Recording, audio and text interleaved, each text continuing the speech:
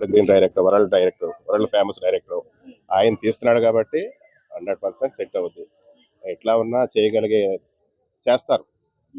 మరి story action and adventurous గా ఉండబోతుంది అని చెప్పేసి అంటున్నారు. మరి అది వర్కౌట్ అవుతుంది అంటారా మహేష్ బాబు గారికి? అవుతుంది, చాలా బాగా అవుతుంది మహేష్ బాబు మాత్రం. ఎందుకంటే ఇంతకు ముందు కౌబాయ్ పిక్చర్లు అవి ఇవి కూడా వాళ్ళు డాడీ చేశారు, అదే ఫేస్ రీడింగ్ కాబట్టి కొంచెం ఆయన కూడా ముంబై హీరో లాగా, అలాగే వరల్డ్ వైడ్ హీరో లాగా ఉంటాడు కాబట్టి చాలా బాగుంటుంది.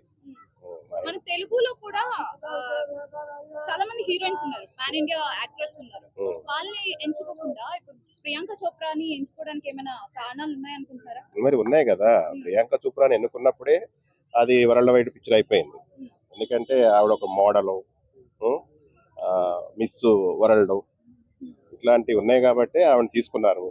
మన తెలుగులో ఉన్న వాళ్ళు ఏదో తెలుగు వరకు హిందీ వరకే, కానీ ఈవిడ ఆల్రెడీ వరల్డ్ వైడ్ ఫేమస్ కాబట్టి తీసుకోవడం జరిగింది. మూవీలో మహేష్ బాబు గారు రియల్ లయన్ తో ఫైట్ చేసే సీన్ ఉండబోతుందని చెప్పేసి బయటకు ఒక వీడియో క్లిప్ వచ్చింది. మరి అది ఉంటే ఎలా ఉండబోతుంది అంటారు?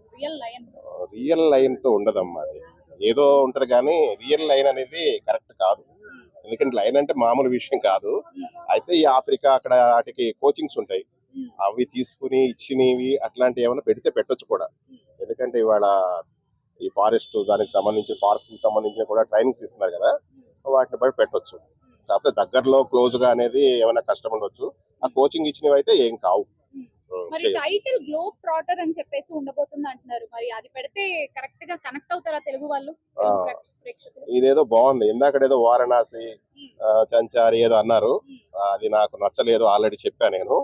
ఏదన్నారు మీరు టైటిల్? అది గ్లోబ్ ట్రాటర్ అంటే బాగానే ఉంటది. ఎందుకంటే కొంచెం వరల్డ్ వైడ్ గా టైటిల్ లుక్ ఉండాలి, ఎందుకంటే వరల్డ్ వైడ్ పిక్చర్ కాబట్టి. అదే సో ఎంత కలెక్ట్ చేయొచ్చు అనుకుంటున్నారు? చేయొచ్చు 1000 కోర్స్. థ్యాంక్ యూ అండి.